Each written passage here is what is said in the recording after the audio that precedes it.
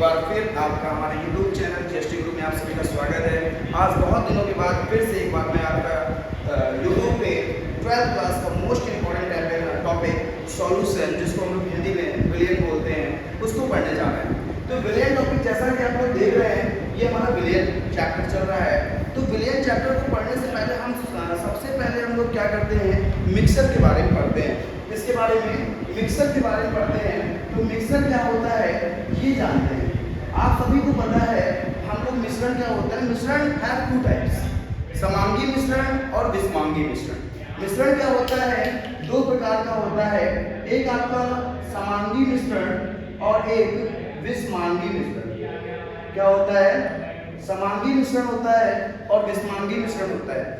अब बात करते हैं कि सबसे पहले first of all we are discuss about mixture. What is mixture? Mixture क्या होता है, तो हमने डिस्कस किया मिक्सचर क्या होता है। तो हमने बोला कि मिक्सचर 2 या 2 से अधिक पदार्थों को या 2 या 2 से अधिक तत्वों को, परमाणुओं को आपस में बिना किसी निश्चित अनुपात के जब मिलाया जाता है तो उससे हमारा क्या बनता है, मिक्सचर बनता है, मिश्रण बनता है। मिश्रण क्या होता है, 2 प्रकार का होता है। मैंने बोला मिश्रण, एक समांगी मिश्रण जिसको हम लोग होमोजीनियस बोलते हैं, विषमांगी मिश्रण जिसको हम लोग हेट्रोजीनियस बोलते हैं। होमोजीनियस मिक्सचर और हेट्रोजीनियस मिक्सचर। अब बात करते हैं कि होमोजीनियस मिक्सचर किसे कहते हैं और हेट्रोजीनियस मिक्सचर किसे कहते हैं। जिसमें किसी भी भौतिक विधि के द्वारा, मतलब बाय फिजिकल प्रॉपर्टी या फिजिकल रिएक्शन या फिजिकल के द्वारा, मतलब किसी भी भौतिक विधि के द्वारा हम लोग इसको अलग न कर, मतलब जो 2 पदार्थ आपस में मिले हुए हैं उनको जब हम किसी भौतिक विधि के द्वारा अलग नहीं कर सकते हैं तो उसे क्या कहते हैं, हम लोग समांगी मिश्रण कहते हैं। और जिनको हम लोग भौतिक विधियों के द्वारा, जैसे चालना, छोड़ना, बीनना, इन विधियों के द्वारा अलग कर सकते हैं उसे क्या कहते हैं, हम लोग विषमांगी मिश्रण कहते हैं। अब बात आती है कि हमारा चैप्टर जो है वो सॉल्यूशन है, मतलब विलियन चैप्टर है। तो बात करते हैं कि इस मिक्सर का इस विलियन से क्या कनेक्शन होता है, इससे क्या संबंध होता है, इस मिक्सर का, इस मिश्रण का इस विलियन से क्या संबंध होता है, इसके विषय में हम लोग बात करते हैं। तो हमने बोला ये जो मिक्सर होता है, मिक्सर में जो हमारा समांगी मिश्रण होता है, ये समांगी मिश्रण ही हमारा विलियन कहलाता है। तो यहाँ पर हम लोग विलियन की परिभाषा देते हैं, 2 या 2 से अधिक पदार्थों के, यहाँ पे हम लोग क्या कह रहे हैं, विलियन का क्या कनेक्शन है मिश्रण से या समांगी मिश्रण से।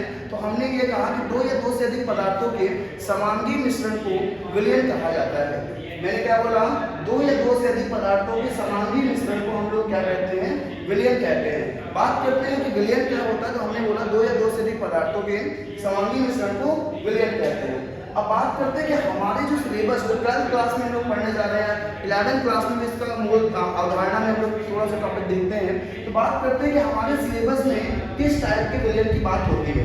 तो यहाँ पे हमारे सिलेबस में दो तरह के विलियन की बात होती है। एक हमारा विलियन होता है द्विअंगी विलियन।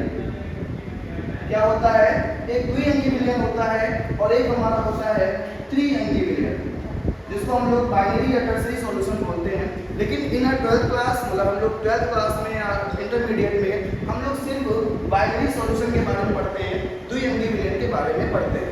अब बात करते हैं कि द्विअंगी विलियन आखिर होता क्या है, आखिर ये 2 अंगी विलियन होता क्या है। मैंने बताया ऐसा विलियन जिसमें 2 घटक, कम से कम कितने घटक हो, 2 घटक हो, उसे हम लोग क्या कहते हैं, बाइनरी सॉल्यूशन कहते हैं। क्या बोला हमने, जब जिसमें 2 घटक होते हैं उसे क्या बोलते हैं, बाइनरी सॉल्यूशन बोलते हैं।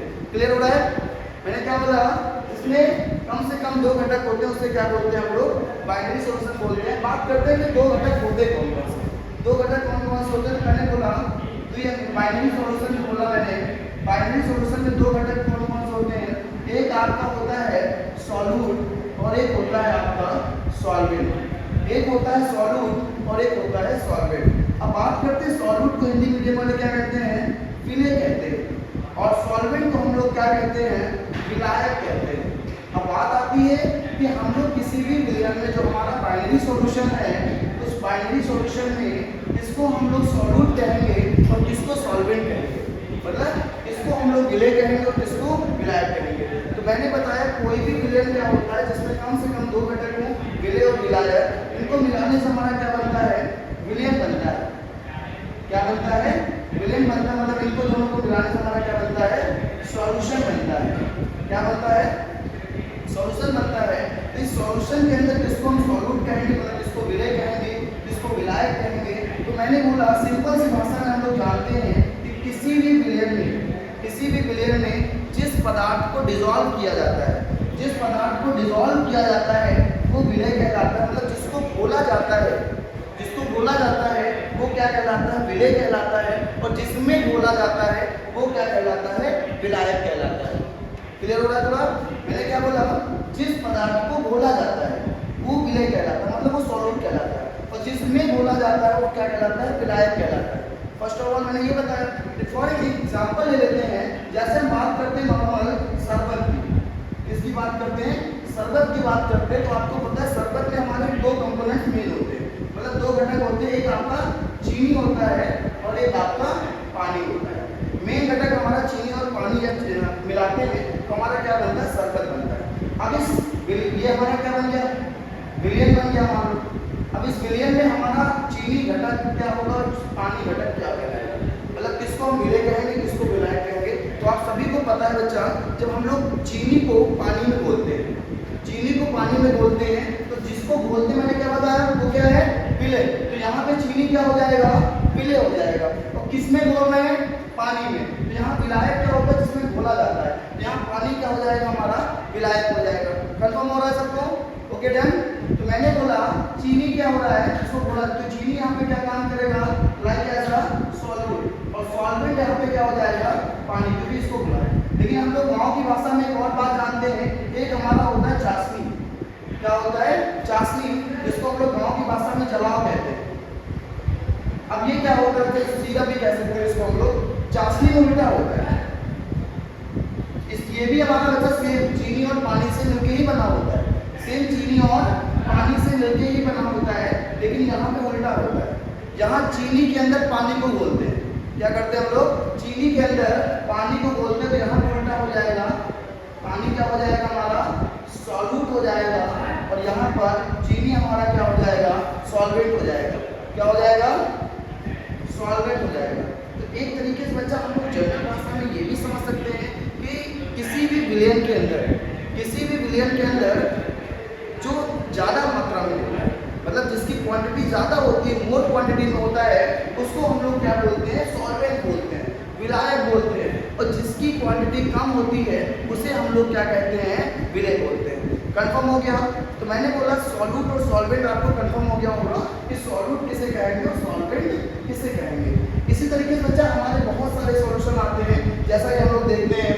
चलो आगे देखते हैं, थोड़ा सा स्लाइड करके देखते हैं। तो जैसा कि हमने अभी बेसिक आपको बताया, अभी हम लोग स्लाइड करते हैं, थोड़ा सा और, बस यही में छोड़ो। तो मैंने बोला जैसे हम लोग यहाँ पे देखो, हम लोग विलयनों के कई प्रकार पढ़ते हैं। जैसे हमारा गैसीय विलयन, क्या बोला? गैसीय विलयन उसे कहेंगे जिसमें विलय हमारा क्या आ रहा है? गैस आ रहा है। मतलब कोई ऐसा जो कम मात्रा में गैस होगा, और गैस प्लस गैस क्या कहलाएगा? हमारा गैसीय विलयन। मतलब ऐसा विलयन जिसमें विलय और विलायक, मतलब सॉल्यूट और सॉल्वेंट दोनों गैसियस फॉर्म में होता है, उसको हम लोग क्या कहते हैं?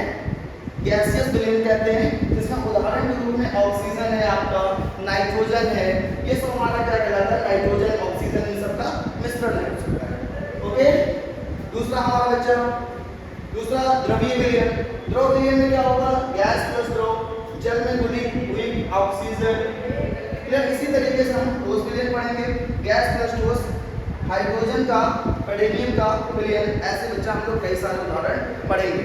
अब बच्चा बात आती है कि किसी भी विलय पदार्थ को, मतलब किसी भी सॉल्यूट को, किसी भी विलय को जब सॉल्वेंट में और विलायक में घोला जाता है तो उसका क्या हो जाता है? कंसंट्रेशन कम आ जाते हैं। क्या आ जाते हैं? हमारे कंसंट्रेशन कम आ जाते हैं। तो हम लोग नेक्स्ट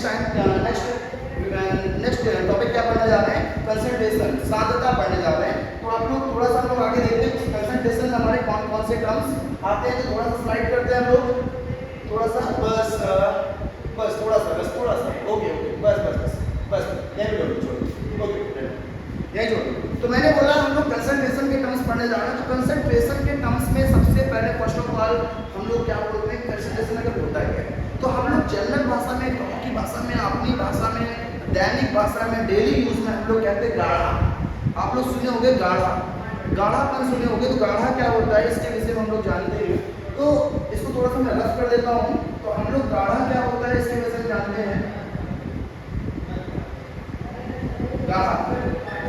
ओके, गाढ़ापन क्या होता है इसके बारे में जानते हैं, या सांद्रता किसे कहते हैं। तो सांद्रता में हम लोग सबसे पहला टर्म हमारा आता है मास परसेंटेज। क्या आ जाता है? मास परसेंटेज, जिसको हम लोग शॉर्ट फॉर्म में W/W परसेंट कहते हैं। मास परसेंटेज या W/W परसेंटेज, W/W परसेंटेज बोलते हैं। तो बात आती है कि मास परसेंटेज आखिर होता क्या है। जैसे मान लो हमने 100 ग्राम का एक सॉल्यूशन लिया, कितने 100 ग्राम का कोई सॉल्यूशन लिया, उस सॉल्यूशन में सॉल्यूट की कितनी मात्रा है, सॉल्यूट का कितना परसेंटेज है, सॉल्वेंट का कितना परसेंटेज है, ये बच्चा हम लोग कैसे निकालते हैं? मास परसेंटेज से फाइंड आउट करते हैं। ये हम लोग किससे फाइंड आउट करते हैं? मास परसेंटेज से फाइंड आउट करते हैं। मास परसेंटेज कैसे निकालते हैं? W/W percentage. W/W परसेंटेज मतलब हमने 100 ग्राम का कोई सॉल्यूशन लिया, उस 100 ग्राम सॉल्यूशन में सॉल्यूट कितना परसेंटेज है या सॉल्वेंट कितना परसेंटेज है, इसको हम लोग बात करते हैं। ओके, क्लियर हो रहा है? तो बात करते हैं कि ये कैसे फाइंड आउट होगा। इसका बेसिक कोई एग्जांपल तो बताइए आप। मैंने बताया आप सभी लोगों ने यूरिया की बोरी देखी होगी, इसकी यूरिया की बोरी देखी होगी, और यूरिया की बोरी पे ऐसे साफ लिखा होता है यहाँ पर 46% नाइट्रोजन। क्या लिखा होता है? 46% नाइट्रोजन लिखा होता है। इसका मतलब आप सबको पता है बच्चा, यूरिया का फॉर्मूला होता है NH2CO NH2। अब आप कहोगे सर यूरिया का फॉर्मूला ये होता है, लेकिन हमारी यूरिया की बोरी आती है उस पे लिखा होता है 46% नाइट्रोजन। इसका क्या मतलब हुआ? इसका मतलब ये हुआ कि अगर आपकी 100 kg की कोई बोरी है, मतलब 100 किलो की अगर आप खाद की बोरी लाते हो, यूरिया की बोरी लाते हो, तो बच्चा आपका क्या होगा? 100 kg की बोरी में आपका 46 kg 46 kg आपका क्या हो जाएगा? नाइट्रोजन हो जाएगा। बाकी आपका 54 kg में आपका क्या क्या बचा? हाइड्रोजन बचा, हाइड्रोजन हो जाएगा, कार्बन हो जाएगा और ऑक्सीजन हो जाएगा। मतलब अगर हम 100 किलो की कोई बोरी लाते हैं यूरिया की, तो उसमें सिर्फ टोटल 46% हमारा क्या हो जाएगा? सिर्फ नाइट्रोजन हो जाएगा। 46% क्या हो जाएगा? नाइट्रोजन हो जाएगा। बाकी हमारा क्या हो जाएगा? इसको शॉर्ट फॉर्म में ऐसे भी लिखा जा सकता है 46% W/W। इसमें 46 ग्राम 46 केजी की बात करेंगे, क्योंकि हमने 100 केजी बोला था। 100 किलो हमारा क्या हो जाएगा? नाइट्रोजन हो जाएगा। बाकी 54 ग्राम के और 54 केजी क्या बचेगा हमारा यूरिया में अन्य कौन कौन से परमाणु या मिले हुए हैं? हाइड्रोजन मिला हुआ है, ऑक्सीजन मिला हुआ है, कार्बन मिला हुआ है। तो हम लोग क्या करेंगे? हाइड्रोजन, कार्बन और ऑक्सीजन, इनका वेट टोटल कितना होगा? 54 केजी के इक्वल होगा। जिस तरीके से इन सबको, इन सारे घटकों को जब मिलाएंगे तो बच्चा हमारा क्या बन जाएगा? मास परसेंटेज ऐसे हम लोग निकाल सकते हैं। उसके बाद मास परसेंटेज के बाद हमारा आता है वैल्यूम परसेंटेज। क्या आता है? वैल्यूम परसेंटेज आता है। आप लोग मास परसेंटेज का फॉर्मूला भी देख सकते हो यहाँ पे, द्रव्यमान प्रतिशत, इसको तो W/W अवयव का द्रव्यमान, मतलब जिसका मान लो विलेय का यहाँ पे द्रव्यमान निकालना है। अवयव का मतलब होगा यहाँ पर, अवयव का मतलब होगा विलेय या विलायक। अगर विलेय का द्रव्यमान निकालना है तो विलयन में उपस्थित विलेय का द्रव्यमान बटे विलयन का कुल द्रव्यमान गुणे 100। अब ये 100 क्यों लगा है? क्योंकि यहाँ पे परसेंटेज लगा है। परसेंटेज की वजह से यहाँ पे 100 हमें लगाना पड़ेगा। अगर यहाँ पे हमें विलेय की जगह पे क्या निकालना है? विलायक का निकालना है। तो यहाँ पर हम लोग लिखेंगे विलायक का द्रव्यमान प्रतिशत बराबर विलयन में उपस्थित विलायक का द्रव्यमान बटे विलयन का कुल द्रव्यमान। अगर मान लो हमारा, हमने यहाँ पे बोला 46 केजी हमारा विलय हो गया, इसको हमने क्या मान लिया? विलय मान लिया। इस फॉर्मूले में अप्लाई करेंगे तो यहाँ पे क्या रखेंगे? 46 रखेंगे, कुल बोरी कितनी? 46 रखेंगे, कुल बोरी कितनी है? 100। और कितना परसेंटेज? 100। इस फॉर्मूले में रखें ना, कुल द्रव्यमान कितना था बेटा? 100 केजी मैंने बोला। और किसका निकालना? विलय का। तो कितना आ जाएगा? 46/100, और 100 से 100 कट जाएगा तो बच्चा कितना आ जाएगा? 46। इस तरीके से हम लोग द्रव्यमान प्रतिशत निकाल सकते हैं। ओके, अब हम लोग बच्चा पढ़ेंगे इसके आगे आयतन प्रतिशत। थोड़ा सा देख लेते हैं आयतन प्रतिशत की हो जाते हैं। उसके पहले आपको क्लियर नहीं हो रहा तो रफ कर देते हैं, रफ कर देते हैं थोड़ा सा। आयतन प्रतिशत, आयतन क्या होगा बच्चा? आयतन में हम लोग क्या करेंगे? वॉल्यूम की बात करेंगे। किसकी बात करेंगे? वॉल्यूम की बात करेंगे। वॉल्यूम परसेंटेज बोला जाता है और शॉर्ट फॉर्म में आप सभी लोगों ने इसको हम लोग बोलते हैं V अपॉन V परसेंटेज, या इसी को क्या बोलते हैं? वॉल्यूम परसेंटेज बोलते हैं। क्या बोलते हैं हम लोग? Volume percentage. अब बात करते हैं कि वॉल्यूम परसेंटेज हमारा क्या होता है। वॉल्यूम परसेंटेज जानने से पहले इसमें हम लोग क्या करेंगे, जैसे द्रव्यमान परसेंटेज में हमने केजी या ग्राम में चीज़ों को मापा था, मेजरमेंट किया था, वैसे यहाँ पे आयतन प्रतिशत में हम लोग क्या करेंगे? मेजरमेंट किस में करेंगे? ml या लीटर में। किस में करेंगे? ml या लीटर में, क्योंकि आपको सभी को पता होगा कि आयतन हम लोग किस में नापते हैं? लीटर में नापते हैं या मिलीलीटर में नापते हैं। क्लियर हो गया? तो यहाँ पर आयतन प्रतिशत की बात करें तो आयतन प्रतिशत का एग्जाम्पल लेके मैं आपको देखता हूँ। आप सभी लोगों ने कोरोना काल में एक सैनिटाइजर की बोतल देखी होगी। सभी ने कोरोना काल में सैनिटाइजर की बोतल देखी होगी। तो सैनिटाइजर की बोतल में साफ साफ लिखा था 99.9% V upon V ethyl alcohol. सबने देखा होगा कोरोना काल में सैनिटाइजर का सबने प्रयोग किया और सब लोगों ने लिखा होता है कि 99.9% V upon V ethyl alcohol. अब इसका मतलब क्या हुआ? यहाँ पे क्या कहना चाह रहा है? V अपॉन V क्या कहना चाह रहा है? तब आपने शायद 12th क्लास में नहीं रहे होंगे, आप लोग 9th 10th में रहे होंगे, तो आप हो सकता है आप लोग आयतन प्रतिशत के बारे में ना समझ पाए होंगे कि इसका क्या मतलब है। लेकिन आप लोग अब समझ सकते हो कि इसका मतलब आखिर है क्या। आप लोग दवाई की बहुत सारी शीशियाँ होती है, बहुत सारी बोतल्स होती है, उसमें पीछे लिखा होता है कार्बोहाइड्रेट इतना, प्रोटीन इतना, फैट इतना वगैरह वगैरह। तो इसकी वजह क्या है? लिखने की वजह क्या है? आज आपको बता रहा हूँ। V अपॉन V का मतलब होता है आयतन परसेंटेज, या इसको बोलते हैं हम लोग volume percentage. What is the meaning of volume percentage? मैंने बोला जैसे हमने सैनिटाइजर की बोतल ली 100 ml की सैनिटाइजर की बोतल ली, तो इसका 99.9% मतलब इसमें क्या हुआ है? मतलब 99.9 ml सिर्फ इसमें एथिल अल्कोहल है, बाकी बचा कितना? 0.1 ml। मतलब अन्य सब्सटेंस कितना मिला हुआ सैनिटाइजर की बोतल में? 100 ml की अगर बोतल खरीदते हैं, एक 100 ml की सीसी लेते हैं, तो 100 ml की सीसी में हमारा 99.9 ml मिलीलीटर सिर्फ हमारा एथिल अल्कोहल है, बाकी 0.1% सिर्फ 0.1 ml हमारा अन्य सब्सटेंस मिला हुआ है। अन्य सब्सटेंस में आपका सुगंधित पदार्थ हो सकते हैं, क्योंकि आपको पता है बहुत सारे केमिकल्स होते हैं जिनकी वजह से जर्म्स, हमारे जो हाथों में कोरोना जर्म्स होते हैं उनको हम लोग मारते हैं। हम लोग देखते हैं कि उसमें बहुत सारे क्या होते हैं? सुगंधित पदार्थ होते हैं, कई खुशबूदार आते हैं। आप लोग देखे होंगे, हम लोग कभी कभी यूज़ करते थे खुशबू के लिए, खाली सूंघने के लिए अच्छा लगता था, मज़ा आ जाता था ना। बेला वाला, रोज वाला, गोल्डन वाला, मज़ा आता था कि नहीं आता था? तो वही चीज़ हम लोग समझ लो सिर्फ 0.1% होता था, सिर्फ 99.9% सिर्फ हमारा एथिल अल्कोहल होता था। और कोरोना काल में बहुत सारी ऐसी सूचनाएं भी आपको सुनने मिली होगी कि कई सारे दरवा शराबी होते हैं, मतलब हमारे देश में दरवा शराबी मतलब होता है, तो मेनली जो शराबी होते हैं उन्होंने सैनिटाइजर को पीने की वजह से उनकी मृत्यु हो गई। तो कहीं ना कहीं उनको इस बात का नॉलेज जरूर रहा होगा कि V अपॉन V परसेंट का मतलब होता है आयतन प्रतिशत। इसका मतलब अगर 100 ml की बोतल है तो उस 100 ml की बोतल में 99.9 ml सिर्फ दारू है, क्योंकि एथिल अल्कोहल को हम लोग बेसिक भाषा में क्या कहते हैं, दैनिक जीवन में क्या कहते हैं? दारू कहते हैं, क्योंकि OH ग्रुप हमारा क्या बताता है? अल्कोहल को बताता है।